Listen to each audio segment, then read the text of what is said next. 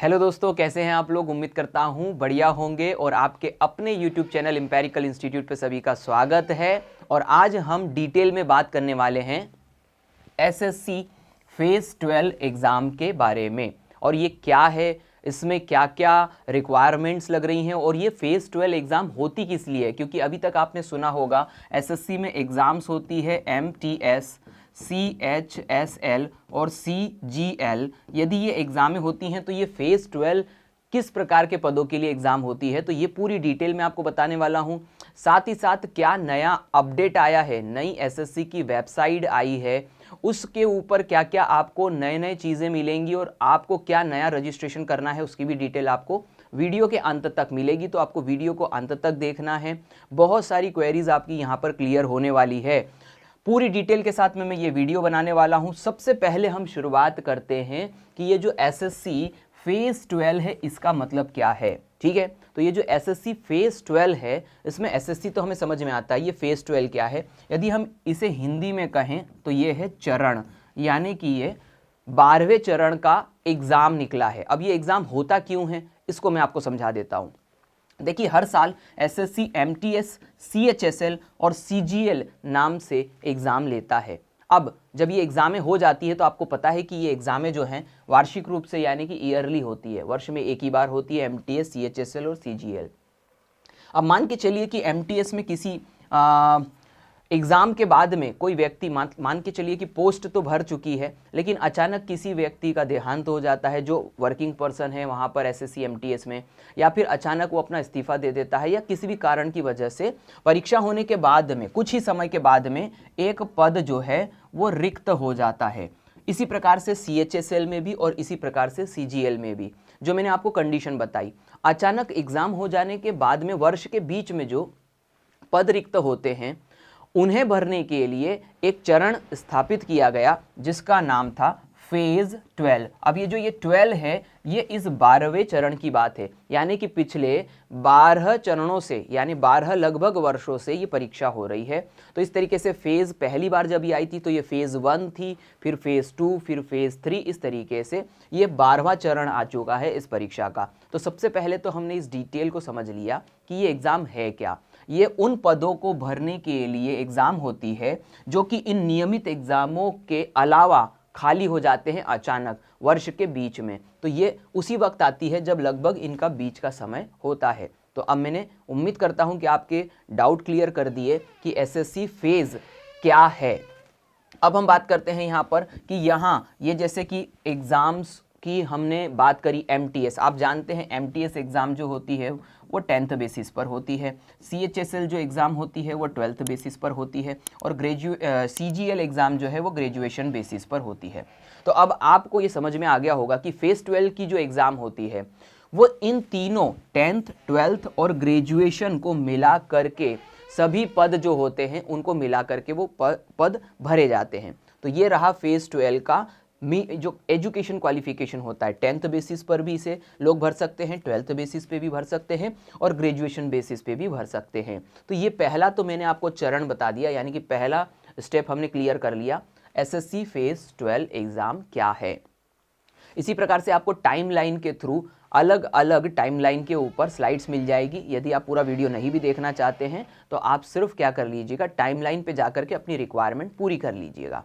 अब हम बढ़ते हैं आगे और नेक्स्ट जो है स्लाइड हम कंप्लीट करते हैं। नेक्स्ट स्लाइड में हमने यहाँ पर देखना है ऑनलाइन एप्लीकेशन डिटेल, यानी कि यहाँ पर ऑनलाइन एप्लीकेशन डिटेल जो इस बार की फेज़ 12 एग्ज़ाम आई है उसकी क्या डेडलाइंस हैं। तो हमने यहाँ पर देखा dates for submission of online examination, यानी कि एप्लीकेशन, हमें ये परीक्षाएं कब से भरनी हैं। तो ये 26/2/2024 से ये फॉर्म भरना शुरू हो गए हैं। ऑब्वियसली अभी मार्च चल रहा है। कुछ समय तक बहुत सारे बच्चे ये कह रहे थे कि सर लिंक ओपन नहीं हो रही है। उसका कारण अभी आपको वीडियो के थोड़ी सी देर के बाद में पता चल जाएगा कि क्यों लिंक ओपन नहीं हो रही है, क्योंकि एसएससी ने अपनी वेबसाइट जो है वो चेंज कर ली है। उसकी पूरी डिटेल में इस वीडियो में आखिरी तक देता रहूँगा। आगे बढ़ते हैं। ये तो डेट स्टार्टिंग थी, यहाँ पर लास्ट डेट क्या रहेगी और क्या टाइम रहेगा फॉर्म भरने का, यह है 18 मार्च 2024 रात के 11 बजे तक आप फॉर्म भर सकते हैं। इसके बाद में आती है लास्ट डेट और time for making online payment. तो ये 19/3/2024 तक आप इसमें ऑनलाइन पेमेंट कर सकते हैं। किसी वजह से लास्ट डेट तक यदि आपका पेमेंट नहीं हुआ है और फॉर्म भर गया है तो एक दिन आपको पेमेंट के लिए एक्स्ट्रा मिल रहा है 19/3/2024 तक। अब हम नेक्स्ट डेट की बात करें, date of window for application correction including online payment. तो ये एक स्पेसिफिक चीज है जिसके बारे में मैं आपको आगे भी बताने वाला हूं कि जब कोई फॉर्म में कोई गलती हो जाती है तो एसएससी आपको अलाउ करता है 2 दिन वो दे रहा है 22/3/2024 से 24/3/2024 यानी कि 22 मार्च से 24 मार्च रात के 11 बजे तक का वो आपको समय दे रहा है कि आपको यदि आपके फॉर्म में कोई भी छोटी मोटी गलती हो गई हो तो आप उसे ठीक कर सकते हैं। बहुत सारे लोग ये सोचते हैं कि गलती हो गई तो हम उसके चार्जेस होते हैं, इस बात का आप ध्यान रखना। करेक्शन के चार्जेस रहेंगे, क्या फीस रहेगी ये भी मैं आपको आगे बताने वाला हूं। इसके बाद में बात करते हैं date of computer based examination यानी कि सीबीटी, कंप्यूटर बेस्ड एग्जामिनेशन, जो कि ऑप्शनल पेपर ही होता है हमारा। ये होगा टेंटेटिव 6 से 8 मई 2024 के बीच में। ये है टेंटेटिव डेट, ठीक है। टेंटेटिव यानी कि अनुमानित, इसका आप ध्यान रखिएगा। लगभग इस एग्जाम जो है इस डेट के आसपास होगी। इसके बाद में एक और स्पेसिफिक चीज जो आपको बहुत कम मिलेगी, मैंने आपके लिए निकाली है। टोल फ्री हेल्पलाइन नंबर है, जहां पर भी स्टूडेंट को कोई फॉर्म भरने में दिक्कत होती है, कोई परेशानी होती है, कोई कंफ्यूजन होता है, तो एसएससी ने अपना टोल फ्री नंबर दे के रखा हुआ है 180030933063। तो ये टोल फ्री नंबर के ऊपर यदि आपको कोई भी क्वेरी हो तो आप फोन कर सकते हैं और मदद मांग सकते हैं एसएससी से कि कोई टेक्निकल एरर आ रही है या कोई भी चीज़। तो ये एक्स्ट्रा चीज़ है, इसका आप स्क्रीनशॉट ले लीजिएगा क्योंकि ये नंबर आपके बहुत आगे भी काम आने वाला है। नेक्स्ट हम अगले स्लाइड पर जाते हैं और अगली चीज देखते हैं। यहां पर हम बात करें कि वैकेंसीज जो हैं कितनी आई हैं और क्या आई हैं। तो यहां पर वैकेंसीज की यदि हम बात करें तो मैं आपको पिछले वर्ष से लेके चलता हूं। पिछले वर्ष यानी कि 2022 की यदि हम पिछले वर्षों की बात करें तो फेज 10 एग्जाम आई थी। जैसे मैंने आपसे कहा कि हर साल क्या होता है, ये एग्जाम जब आती है तो किस तरीके से आती है। इस बार 12 आई है तो इसके पिछले 11, फिर उसके पहले 10। तो 2022 में फेज 10 के नाम से ये चरण 10वें नाम से ये एग्जाम आई थी, जिस वक्त पोस्ट की जो संख्या थी वो थी 2065। इसके बाद में आप 2023 में देखेंगे तो फेज 11 के नाम से ये एग्जाम आई थी। कुल पदों की संख्या थी 5369, 5369। तो पद बढ़ गए थे, इरेगुलरिटीज कुछ ज्यादा हो गई होंगी, इस वजह से पद बढ़ गए। मैंने आपको कारण बता दिया कि ये एग्जाम क्यों होती है। 2024 में फेज 12 के नाम से ये एग्जाम आई है। इस बार पदों की संख्या जो है 2049 है, 2049 है। अब डिफरेंट कैटेगरीज के लिए हम बात करें तो अनरिजर्व्ड सामान्य जनरल कैटेगरी के लिए जो है 1028 पद हैं, सभी 10th 12th और 11 ग्रेजुएशन मिला करके। ईडब्ल्यूएस इकोनॉमिकल वीक सेक्शन जो स्टूडेंट होते हैं उनके लिए 186 पोस्ट है। ओबीसी के लिए 456 पोस्ट हैं।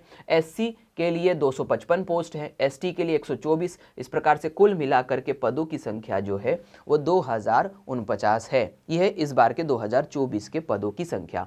नेक्स्ट हम बात करते हैं, नेक्स्ट एलिजिबिलिटी क्या है, ठीक है। तो एलिजिबिलिटी की यदि हम बात करें तो एलिजिबिलिटी यहाँ पर क्या क्या है, तो अलग अलग, जैसे मैंने आपसे कहा था 10th बेसिस, 12th बेसिस और ग्रेजुएशन बेसिस पर ये एग्जाम निकलती है। तो यहाँ पर हम मैट्रिक की बात करें यानी कि 10th की बात करें तो क्लास 10th यानी कि जो भी 10th बेसिस की इसमें परीक्षाएं निकल रही हैं उसमें आपका 10वीं पास होना जरूरी है रिकॉग्निशन बोर्ड से। यानी कि हर एक जो स्टेट होता है उसका अपना एक बोर्ड होता है। जैसे मध्य प्रदेश है तो मध्य प्रदेश का मध्य प्रदेश बोर्ड होता है, यूपी का यूपी होता है। उसी प्रकार से हर एक रिकॉग्निशन बोर्ड से आपकी 10वीं पास होनी चाहिए। उसके बाद में इंटरमीडिएट यानी कि हम 12th की बात करें तो 12th 10+2 intermediate examination any recognition board.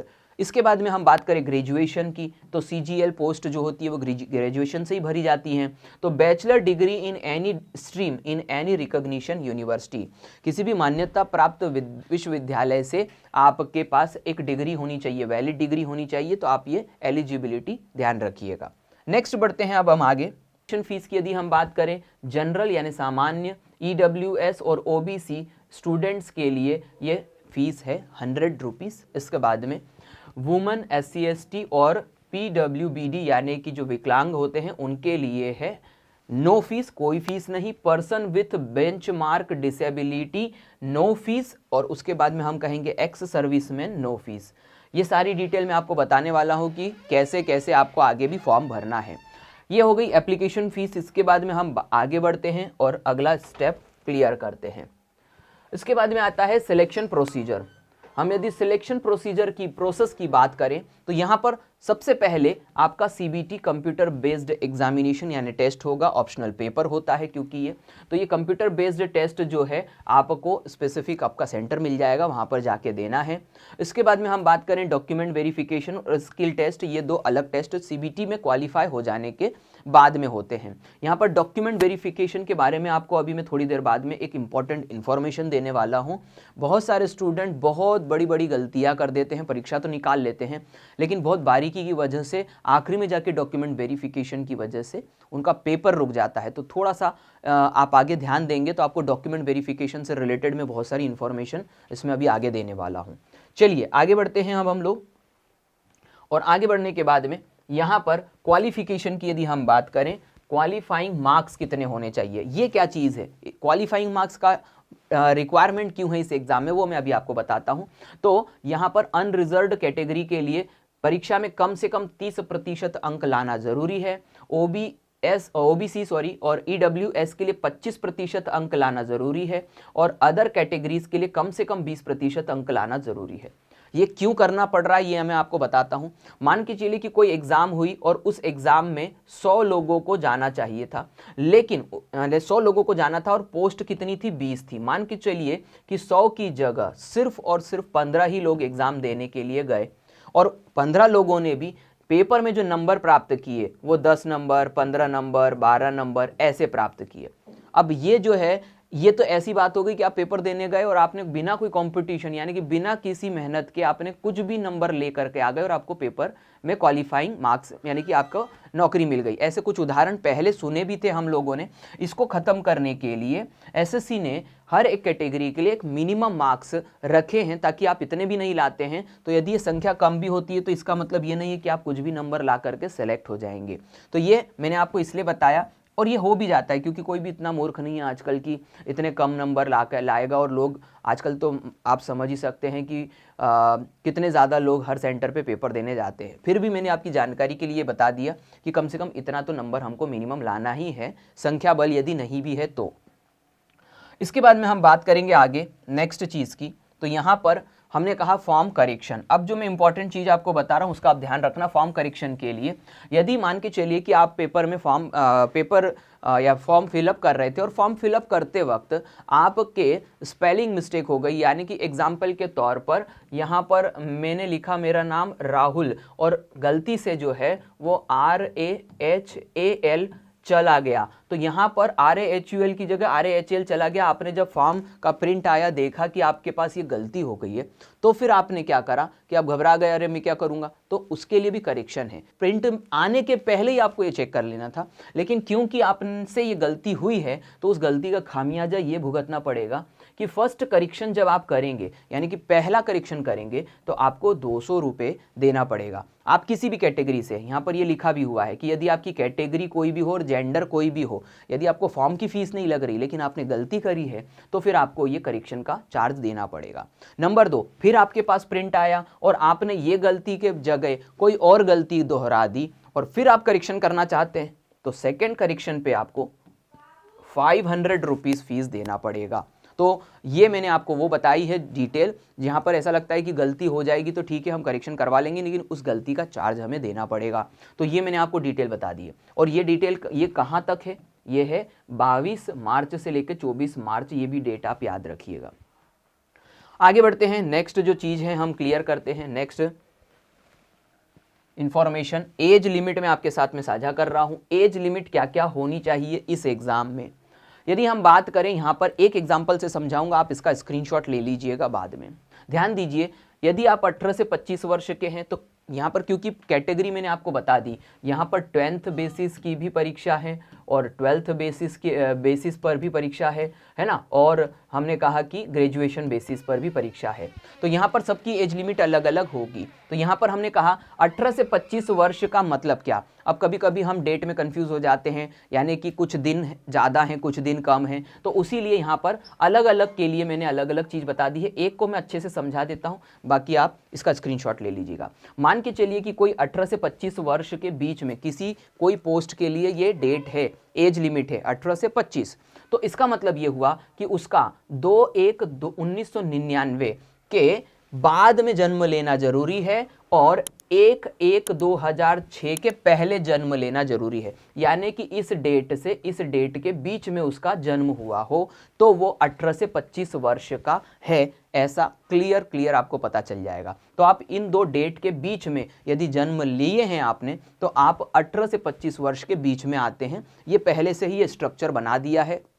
मैं थोड़ा सा पीछे हट जाता हूं, आप एक बार इसका स्क्रीनशॉट ले लीजिएगा ताकि आपको डिटेल पता चल जाए। साथ ही साथ हमारे टेलीग्राम चैनल के ऊपर भी ये इन्फॉर्मेशन मिल जाएगी, मैं लिंक जो है डिस्क्रिप्शन में दे दूंगा, तो आप ये PDF डाउनलोड कर लीजिएगा। नेक्स्ट बढ़ते हैं, एक एक करके आप अपनी एज लिमिट यहाँ पर इन दो डेट्स के बीच में देख लीजिएगा। अब हम बढ़ते हैं आगे। नेक्स्ट जो चीज़ हम समझने वाले हैं, एज रिलैक्सेशन क्या है। यहाँ पर एज रिलैक्सेशन यानी कि आपको अपनी कैटेगरी के हिसाब से कितना कितना रिलैक्सेशन मिल रहा है। तो यदि हम SC ST की बात करें और एग्जाम्पल के तौर पर यदि 18 से 25 साल की एज लिमिट है हमारे एग्ज़ाम की और आपको SC ST से आप बिलोंग करते हैं, तो आपको मैक्सिमम एज पे 5 साल का रिलैक्सेशन मिल जाएगा, यानी कि 25 और 5 30 साल। तो आपकी जो SC ST कैटेगरी के लिए रेंज हो जाएगी वो किसी पर्टिकुलर पोस्ट के लिए 18 से 25 है, तो वो 18 से 30 हो जाएगी, 5 साल का रिलैक्सेशन है। इसी के बाद में हम यदि बात करें OBC की, तो OBC पे 3 साल का रिलैक्सेशन मिल जाता है, यानी मैक्सिमम एज यदि किसी एग्जाम में 25 है तो आप 3 प्लस कर दीजिए, तो 28 साल की उम्र तक आप उस फॉर्म को भर सकते हैं। PWBD यानी कि विकलांग हैं यदि और जनरल कैटेगरी से आते हैं तो 10 साल। यदि आप जनरल विकलांग हैं और OBC से आते हैं तो आपको 13 साल का रिलैक्सेशन मिलेगा। यदि आप विकलांग हैं और SC ST से आते हैं तो 15 साल का रिलैक्सेशन, यानी कि ये एंड डेट से फिर आगे चला जाता है। एक्स सर्विसमैन है तो 3 साल आपको डिडक्शन मिलिट्री सर्विसेज रिटेंडेंट, यानी कि जब आपकी नौकरी खत्म हुई होगी उससे 3 साल तक का आपको एज रिलैक्सेशन मिल जाएगा। ये मैंने आपको डिटेल बता दी है। इसके बाद में हम आगे बढ़ते हैं। इसके बाद भी यदि किसी को कुछ क्वेरी होती है तो आप मुझे कमेंट कर सकते हैं, मैं उस कमेंट का जवाब किसी और वीडियो में अलग से बना करके दे दूंगा यदि बहुत ज़्यादा ज़रूरी है तो। इसके बाद में हम और एज रिलैक्सेशन की यानी कि अगले एज रिलैक्सेशन की बात करें तो यहाँ पर हमने कहा डिफेंस। अब यहाँ पर ये दो चीज़ें समझ लीजिएगा, ये कुछ लोगों के लिए बहुत ज़रूरी है, जैसे कि defence personnel disabled in operation during hostilities with the foreign country और in disturbed area released as consequences thereof, यानी कि 3 साल का एज रिलैक्सेशन उन एक्स सर्विसमैन उन डिफेंस पर्सन्स को मिलेगा जो कि किसी वजह से ऐसे जगह पर थे जहां पर वायलेंस ज़्यादा थी और किसी वजह से वो हताहत हो गए, यानी कि डिसेबल्ड हो गए हैं, उन्हें 3 ईयर का एक्स्ट्रा एज रिलैक्सेशन मिलेगा। और defence personnel disabled in operation during hostility with any foreign countries, और यदि वे ST SC से बिलोंग करते हैं, यानी कि वो किसी भी कैटेगरी से, यदि जनरल कैटेगरी से बिलोंग करते हैं तो 3 ईयर का उनको एज रिलैक्सेशन मिल जाएगा डिफेंस पर्सनल को। लेकिन यदि वे SC ST से बिलोंग करते हैं तो उन्हें 8 साल का एज रिलैक्सेशन मिल जाएगा यदि ST SC से बिलोंग करते हैं तो। इसके बाद में अब हम आगे बढ़ते हैं। नेक्स्ट मैं आपको चीज समझाता हूं, age relaxations for group C. ये भी एक चीज है, आप अतिरिक्त समझ लीजिए। Age relaxation group C post के लिए, जो लोग ग्रुप सी पोस्ट पर पहले से ही जॉब कर रहे हैं उनके लिए भी एज रिलैक्सेशन है, यानी वो पहले से ही गवर्नमेंट जॉब में है ग्रुप सी पोस्ट पर और उसके बाद में भी वो इस पोस्ट को भरना चाहते हैं तो उनके लिए भी एज रिलैक्सेशन दिया हुआ है। यहाँ पर आप ध्यान दीजिएगा, थोड़ी छोटी मोटी चीजें हैं जो मैं बताऊंगा बारीकी से। Central government civilian employees who have rendered not less than rendered not less than 3 years regular and continuous service as on closing date। कहने का मतलब है जो व्यक्ति 3 साल लगभग यानी कि कंप्लीट 3 साल गवर्नमेंट जॉब कर चुका है वह व्यक्ति ही कोई अदर गवर्नमेंट एग्जाम फॉर्म भर सकता है, और ऐसे व्यक्ति के लिए जो एज लिमिट है अप टू 40 ईयर्स तक है, यानी कि मिनिमम 3 साल की यदि आप यंग हैं मान के चलिए और 3 साल पहले ही आपने कोई गवर्नमेंट जॉब हासिल करी थी, अब 3 साल कंप्लीट हो गए हैं एक जगह पर ज्वाइन करते हुए, अब आप ये पोस्ट भर सकते हैं यदि आप अपनी एग्ज़ाम क्वालिफाई करना चाहते हैं या फिर देना चाहते हैं। फिर उसके बाद में ये तो जनरल कैटेगरी के लिए मैंने आपको बता दिया। उसके बाद में यही की यही कंडीशन सिर्फ ST SC के हैं, यदि आप और गवर्नमेंट एम्प्लॉई हैं 3 साल आपकी नौकरी हो गई है तो अप टू एज 45 तक आप जो है फॉर्म भर सकते हैं। उसके बाद में हम बात करें ये 12 नंबर का जो पॉइंट है इसको आप थोड़ा सा ध्यान दीजिएगा। Widows, divorced women, women judicially separated, इसको मैं अभी समझाने वाला हूं कि इसका मतलब क्या होता है। बहुत सारी महिलाओं के मन में यह सवाल होता है कि क्या हम ये फॉर्म भर सकते हैं, हमारा डाइवोर्स हो गया है, तो ये वुमेन जुडिशियली सेपरेट का मतलब क्या है वो भी मैं अभी आपको बताने वाला हूं। विडो विधवा, डाइवोर्स्ड यानी जिनका तलाक हो गया है, और वुमेन जुडिशियली सेपरेट का मतलब ये हो जाता है कि वे महिलाएं जो कि अभी कंप्लीटली डाइवोर्स जिन्होंने नहीं लिया है उनका केस पेंडिंग चल रहा है और साथ ही साथ वे समझौते वाली स्थिति में है, यानी कि कोर्ट ने उन्हें आपसी समझौते के लिए समय दिया है और वो प्रकरण जो है वो प्रोसेस में है।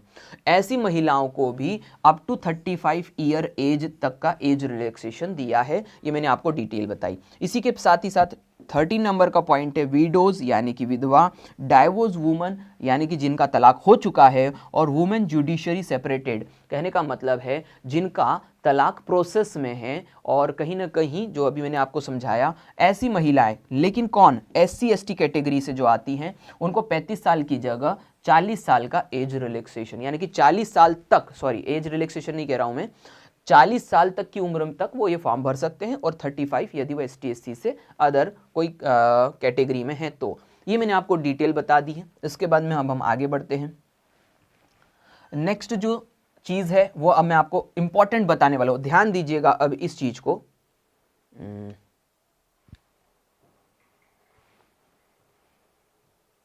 यस, अभी यहां पर हम बात करते हैं हाउ टू अप्लाई, कैसे हम इस फॉर्म को भरें। अभी तो हमारी सारी डिटेल हो गई कि हम इस फॉर्म को भरना चाहते हैं या नहीं भरना चाहते, ये सारी मैंने इन्फॉर्मेशन आपके साथ शेयर कर ली। अब हम बात कर रहे हैं कि हाँ हम इस फॉर्म को भरना चाहते हैं, अब हम इस फॉर्म को कैसे भरें। तो ध्यान दीजिएगा, यहां पर आप देखेंगे visit official website SSC headquarter, और यहां पर आप एक नई प्रकार की नए लुक की SSC की वेबसाइट देखेंगे। 2 SSC की वेबसाइट्स अभी चल रही हैं, मैं दोनों बता देता हूं। ssc.nic.in एक तो ये वेबसाइट है, और एक वेबसाइट है ssc.gov.in, यानी कि अब जो है नई वेबसाइट जो है वो ssc.gov.in है, जो कि यहाँ पर आप देख सकते हैं ssc.gov.in। ये नई वेबसाइट बनाई है SSC ने, और इसीलिए आप जो लोग पहले से SSC के फॉर्म भरते आ रहे थे उन्हें फिर से 1 टाइम रजिस्ट्रेशन करवाना पड़ेगा, नया पासवर्ड लगेगा, और वो सारी डिटेल में अभी इसमें बताने वाला हूं। तो यहाँ पर मैंने आपको बताया इस तरीके की वेबसाइट रहेगी। यदि आपने पहले से ही लॉगिन करा है तो ये कैंडिडेट वाला पोर्शन है, यहाँ आप अपना रजिस्ट्रेशन नंबर डालेंगे, पासवर्ड डालेंगे और कैप्चा डालेंगे और लॉगिन करेंगे, और इसके बाद आप फॉर्म भरना शुरू कर देंगे। लेकिन क्योंकि ये नई वेबसाइट है आपको 1 टाइम रजिस्ट्रेशन एक बार फिर से लगेगा, और इसीलिए 1 टाइम रजिस्ट्रेशन कैसे होगा इसकी पूरी डिटेल मैं आपको दे देता हूं। यहां पर हम देख रहे हैं न्यू यूजर्स, यानी कि जब भी आप पहली बार इसको रजिस्ट्रेशन करवाएंगे, न्यू रजिस्टर नाउ यानी कि न्यू यूजर पे आप क्लिक करेंगे। क्लिक करने के बाद में क्या होने वाला है वो डिटेल में आपको साझा कर लेता हूं। यहां पर 1 टाइम रजिस्ट्रेशन के लिए हमारा एक पेज खुल जाएगा। 1 टाइम रजिस्ट्रेशन में सबसे पहले हम यहां पर आ रहे हैं। यहां पर हमको 1 टाइम रजिस्ट्रेशन में न्यू कैंडिडेट के लिए 4 स्टेप्स को आगे बढ़ाना है। Personal detail, password creation, additional detail और डिक्लेरेशन। एक एक चीज मैं आपके साथ साझा कर लेता हूं। इस पे आप कंटिन्यू क्लिक करेंगे। क्लिक करने के बाद में आप अगले पेज पर जाएंगे। अगले पेज पर यहाँ पर एक पेज खुलेगा जो कि आपकी पर्सनल डिटेल मांगेगा। पर्सनल डिटेल में पहली चीज़ हम पर्सनल डिटेल में do you have Aadhaar card, आप अपना आधार कार्ड है तो यहाँ यस पे क्लिक करेंगे, डिटेल डालेंगे। यदि नो है तो दूसरी स्टेप आएगी टाइप ऑफ आइडेंटिफिकेशन कार्ड, यानी कि यदि आधार कार्ड के अलावा आपके पास में पैन कार्ड है, ड्राइविंग लाइसेंस है, पासपोर्ट है, तो आप आइडेंटिफिकेशन कार्ड यहाँ पर नंबर डालेंगे। कैंडिडेट नेम, आप अपना नाम यहाँ पर सर्टिफिकेशन के हिसाब से डालेंगे। इस पेज को आप आगे बढ़ाएंगे कंटिन्यू करके। कंटिन्यू करने के बाद में अगली जो पेज खुलेगी उसको देख लीजिए। तो यहाँ पर आपको कहा जाएगा have you ever changed name. अब यहाँ पर नाम चेंज कौन करता है? आप कहेंगे नाम तो एक ही रहता है, लेकिन आपने देखा होगा शादी के बाद में बहुत सारी जो है प्रोसेस ऐसी होती है, जैसे लड़कियों के नाम चेंज हो जाते हैं या किसी और कंडीशन की वजह से हम अपना नाम हमने चेंज करवाया हो, तो वो न्यू नेम और यहाँ पर वेरीफाई न्यू नेम हमसे पूछता है। उसके बाद में हम बात करते हैं जेंडर पूछेगा वो, फिर वेरीफाई करवाएगा, फिर डेट ऑफ बर्थ पूछेगा, वेरीफाई करवाएगा, यहाँ फादर नेम पूछेगा, वेरीफाई करवाएगा। यानी कि हर चीज़ को वो 2 बार पूछ रहा है, आपसे गलती ना हो इस प्रकार से। दूसरी बार मदर नेम, फिर वो वेरीफाई करवाएगा। मैट्रिकुलेशन 10th एजुकेशन बोर्ड, यहाँ पर बोर्ड पूछा जाएगा, जैसे मध्य प्रदेश है तो यहाँ पर MP बोर्ड लगता है तो MP बोर्ड आएगा, CBSE है तो CBSE लगेगा। वेरीफाई मैट्रिकुलेशन 10th, फिर उसने वेरीफाई करवाया। इसके बाद में वो आपसे आपका रोल नंबर पूछेगा जो कि मार्कशीट का होगा। ये आपका अगला स्टेप हो गया। अगले स्टेप के बाद में फिर आप यहाँ पर जब नेक्स्ट पेज करेंगे, नेक्स्ट पेज पर आप यहाँ पर जाएंगे, पर्सनल डिटेल ही अभी चल रही है। पर्सनल डिटेल में यहाँ पर योर रजिस्ट्रेशन नंबर, यहाँ पर आपको एक रजिस्ट्रेशन नंबर मिल जाएगा। उस ये रजिस्ट्रेशन नंबर आपका परमानेंट रजिस्ट्रेशन नंबर हो गया है, आप समझिएगा, ठीक है। तो इसको आपको संभाल के रख लेना है। कंटिन्यू। पर्सनल डिटेल के बाद में अब हम नेक्स्ट पे जाते हैं, पासवर्ड क्रिएशन। आपका रजिस्ट्रेशन बेसिक हो गया है। अब यहाँ पर आप यहाँ पर जाएंगे, रजिस्ट्रेशन नंबर डालेंगे, पासवर्ड रिक्वायर्ड डालेंगे, कैप्चर डालेंगे, तो आपको फिर नई एक विंडो खुलती हुई दिखेगी। उस नई विंडो के ऊपर जब आप जाएंगे तो नेक्स्ट पेज खुलेगा। नेक्स्ट पेज में यहाँ पर पासवर्ड क्रिएशन चल रहा है। पासवर्ड क्रिएशन के बाद हम यदि करें, यहाँ पर पासवर्ड क्रिएशन चल रहा है। रजिस्ट्रेशन, ओल्ड पासवर्ड, यदि आपकी पुरानी वेबसाइट के ऊपर कोई पासवर्ड है या फिर कोई पासवर्ड बनाया हुआ है तो वो मांगेगा। फिर ये न्यू पासवर्ड मांगेगा। न्यू पासवर्ड डालने के बाद में ये कन्फर्म पासवर्ड करेगा। इस तरीके से ये पूरी प्रोसेस चल रही है ना। आप इसको रोक करके देख सकते हैं। इसके बाद में यहाँ पर वो आपसे सिक्योरिटी क्वेश्चन मांगेगा। सिक्योरिटी क्वेश्चन का मतलब आप यदि अपना पासवर्ड भूल जाते हैं तो सिस्टम आपसे पूछता है कि कोई ऐसी कोई रेफरेंस की आप इस पासवर्ड को किसी से चुरा के नहीं लाए हो या आप ही का है, तो उसके लिए एक सेकंड रेफरेंस होता है सिक्योरिटी क्वेश्चन। यहाँ पर बहुत सारे क्वेश्चन खुल जाते हैं। कोई क्वेश्चन होता है जैसे कि आपने सबसे पहले पढ़ाई कहाँ शुरू करी, ये वो सारी चीज़ें, तो ऐसे कुछ स्पेसिफिक क्वेश्चन होते हैं, वो आप सिलेक्ट कर सकते हैं। 2 सिक्योरिटी क्वेश्चंस होते हैं। इसके बाद में हम बात करें यहाँ पर हेलो कैंडिडेट के बाद में आप रजिस्ट्रेशन नंबर, पासवर्ड डालते हैं और फिर क्या करते हैं, एक बार लॉगिन फिर से करते हैं, क्योंकि अब आपका पासवर्ड क्रिएट हो गया है। अब इसके बाद में हम बात करते हैं आगे एडिशनल डिटेल के ऊपर। अब हम एडिशनल डिटेल की बात करें तो एडिशनल डिटेल में आपसे पूछा जाएगा आपकी कैटेगरी क्या है, वेरीफाई करिए, नेशनैलिटी क्या है ना। उसके बाद में कॉन्टैक्ट डिटेल आपसे मांगी जाएगी। Are you person with benchmark disability, ये आपकी पर्सनल डिटेल होगी। आपको इसको केयरफुली भरना है, क्योंकि हम अभी कहाँ पर हैं, 1 टाइम रजिस्ट्रेशन के ऊपर। ये रजिस्ट्रेशन सिर्फ एक ही बार होगा, इस बात का भी आप ध्यान रखिएगा। इसके बाद में आपको मैं पासवर्ड के बारे में एक और चीज़ बता दूं कि पासवर्ड आप याद रखिएगा खुद का। जो आप कभी कभी ऑनलाइन फॉर्म भरवाते हैं, तो जो ऑनलाइन फॉर्म भरते हैं वो आपको पासवर्ड नहीं बताते हैं, तो आप अपना पासवर्ड ध्यान रखिएगा। और मोबाइल नंबर के साथ पासवर्ड बहुत ज़रूरी होता है। इसके बाद में हम नेक्स्ट की बात करें अदर डिटेल के बारे में, तो इसके बाद में नेक्स्ट जो चीज़ है ऑनलाइन एप्लीकेशन फॉर्म। ये अब आपका, क्योंकि 1 टाइम रजिस्ट्रेशन कंप्लीट हो गया है, आपने जैसे देखा होगा यहाँ पर यदि हम बात करें तो यहाँ पर डिक्लेरेशन, लास्ट जो पॉइंट रहता है वो डिक्लेरेशन रहता है। यानी कि ये अदर एक्स्ट्रा डिटेल आने के बाद में लास्ट आता है डिक्लेरेशन। ये रहा डिक्लेरेशन वाली बात। आपको बोला जाता है कि आपके द्वारा भरी गई सभी चीज़ें सही है या नहीं है, तो वो डिक्लेरेशन हो जाता है। डिक्लेरेशन का मतलब ये हो गया कि अब आपका 1 टाइम जो रजिस्ट्रेशन है वो कंप्लीट हो गया है। अब आपको बार बार एसएससी के लिए यानी ये इन्फॉर्मेशन भरने की ज़रूरत नहीं है कि मेरा नाम ये है, मेरा ये है, मेरा सर सारी चीज़ें आप एक बार बता चुके हो। अगली बार आप किसी भी फॉर्म को भरोगे, वन टाइम रजिस्ट्रेशन का आपका रजिस्ट्रेशन नंबर है, एसएससी वो वेबसाइट वो डिटेल से आपका पूरा बायोडाटा ले लेगा, बस आप फॉर्म भरिए जो बेसिक रिक्वायरमेंट होती है और कुछ भी नहीं। तो ये मैंने आपको डिटेल बता दी वन टाइम रजिस्ट्रेशन की। वन टाइम रजिस्ट्रेशन के बाद में अब हम बात करते हैं कि हमको फॉर्म कैसे भरना है।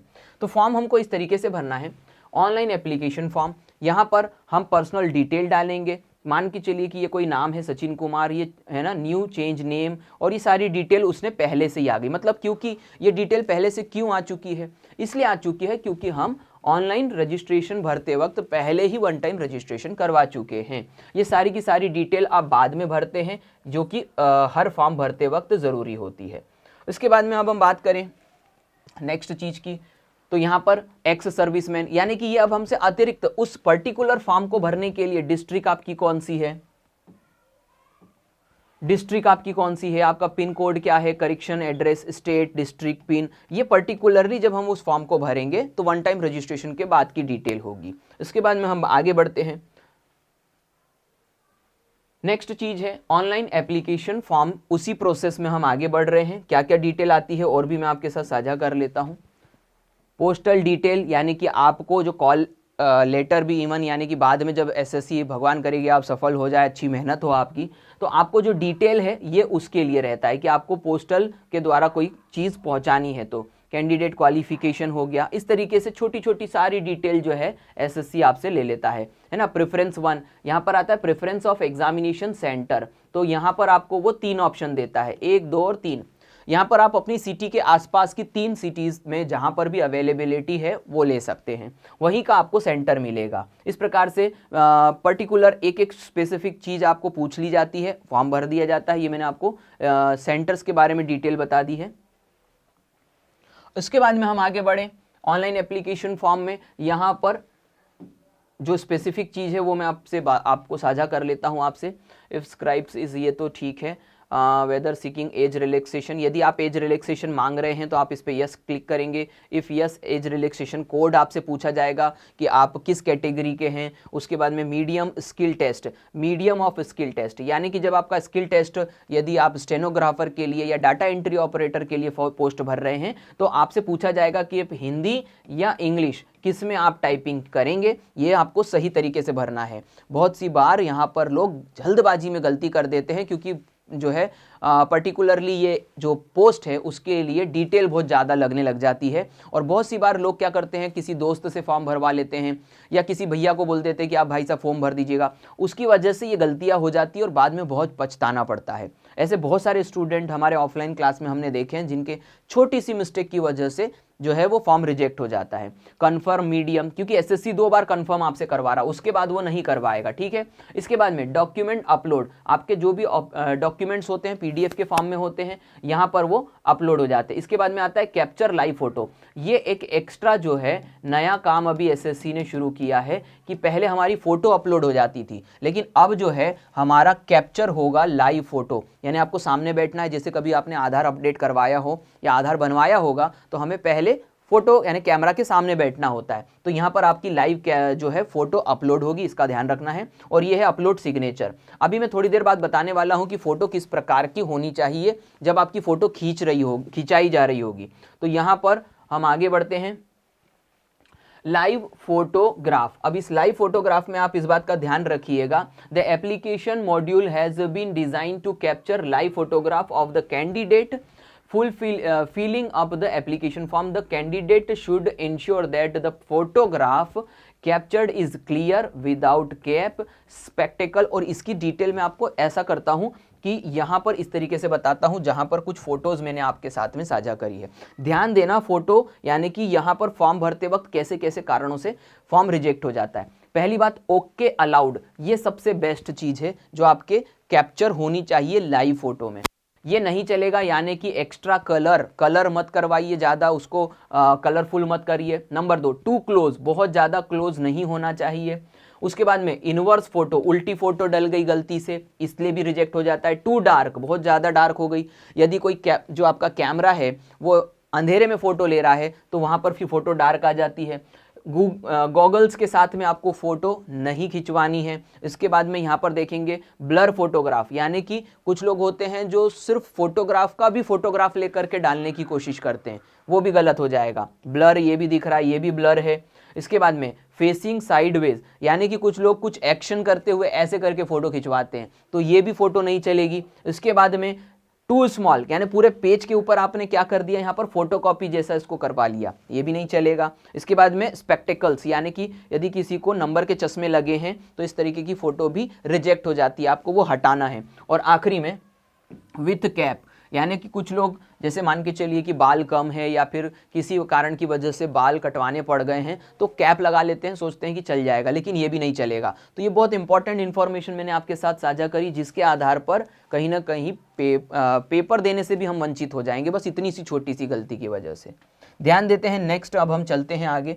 यहाँ पर हम बात करते हैं इंपॉर्टेंट इन्फॉर्मेशन वाइल अप्लाइंग, है ना। Candidate will have apply each category. अब ये छोटी सी चीज़ समझ लीजिए कि यदि यहाँ पर हमको 10th की भी भरनी है पोस्ट, 12th की भी भरनी है पोस्ट और ग्रेजुएशन की भी पोस्ट भरनी है, तो हम यहाँ पर क्या सिर्फ 10th भर सकते हैं, 12th भर सकते हैं या ग्रेजुएशन? नहीं, आप यहाँ पर category of the post separately and also पे fee for each category.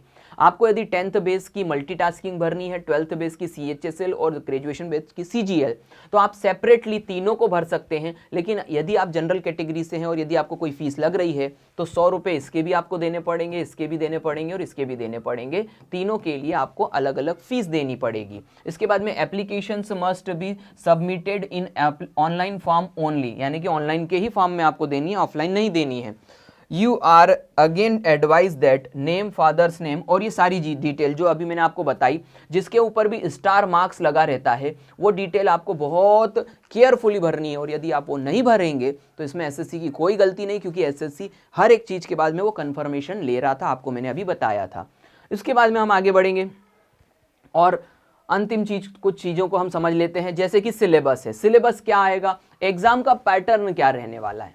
General intelligence number 25, यानी कि यहाँ पर जो रीजनिंग का पेपर आता है उसके 25 क्वेश्चन होंगे। एक क्वेश्चन जो है वो 2 नंबर का रहेगा, 50 नंबर के मैक्सिमम मार्क रहेंगे। जनरल अवेयरनेस GK की बात करें, 25 गुणा में 2, 50 नंबर का ये पेपर रहेगा। क्वांटिटिव एप्टीट्यूड यानी कि मैथमेटिक्स 25 गुणा 2 यानी 50 नंबर का आपका ये पेपर रहेगा। और इंग्लिश लैंग्वेज 25 गुणा 2 यानी कि 50 नंबर का ये। इस प्रकार से हम बात करें तो टोटल मिला करके 200 नंबर का पेपर रहेगा। 60 minute 80 minute for candidate eligible for scribe as per para 919293, यानी कि यदि आपको रिलैक्सेशन मिल रहा है टाइम के लिए किसी कैटेगरी के अंतर्गत, तो आपका पेपर 80 मिनट का होगा, वरना ये 60 मिनट का रहेगा।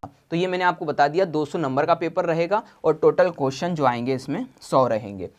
There will be negative marking 0.50 marks for each wrong answer, यानी कि तुक्केबाजी वाली परीक्षा नहीं है, आपको बकायदा हर एक चीज़ के लिए नेगेटिव मार्किंग पे करनी पड़ेगी यदि आप गलती करते हैं तो।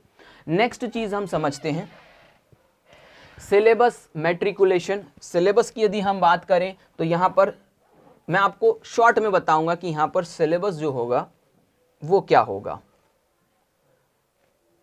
यस, तो सिलेबस की यदि हम बात करें तो जनरल इंटेलिजेंस अभी मैंने आपको बताया था, आप इसका स्क्रीनशॉट ले लीजिएगा। वैसे मैंने कहा है टेलीग्राम के ऊपर मैं आपको ये अवेलेबल करवा दूंगा, आप टेलीग्राम चैनल डाउनलोड कर लीजिएगा।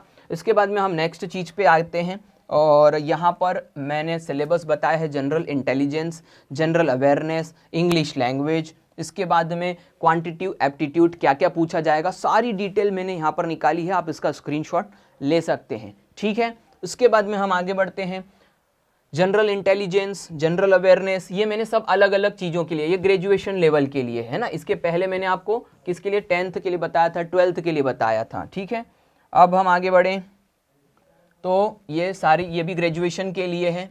और इसके बाद में ओके सो दैट ये मैंने लास्ट आपको बताया है सिलेबस, ठीक है, और वो भी डिटेल सिलेबस, आप इसको स्क्रीनशॉट ले सकते हैं। और साथ ही साथ मैंने आपको इसमें पूरी डिटेल बताई शुरू से लेकर के अंत तक, उम्मीद करता हूं कि आपको ये सारी डिटेल समझ में आई होगी, और ये डिटेल्ड वीडियो मैंने इसलिए बनाया ताकि एक ही वीडियो में सारे कन्फ्यूज़न जो है वो क्लियर हो जाने चाहिए। चैनल पे यदि नए हो तो चैनल को सब्सक्राइब कर लेना है इसी प्रकार के डिटेल्ड नोटिफिकेशन जानने के लिए, और साथ ही साथ पूरी तैयारी फ्री ऑफ कॉस्ट करने के लिए।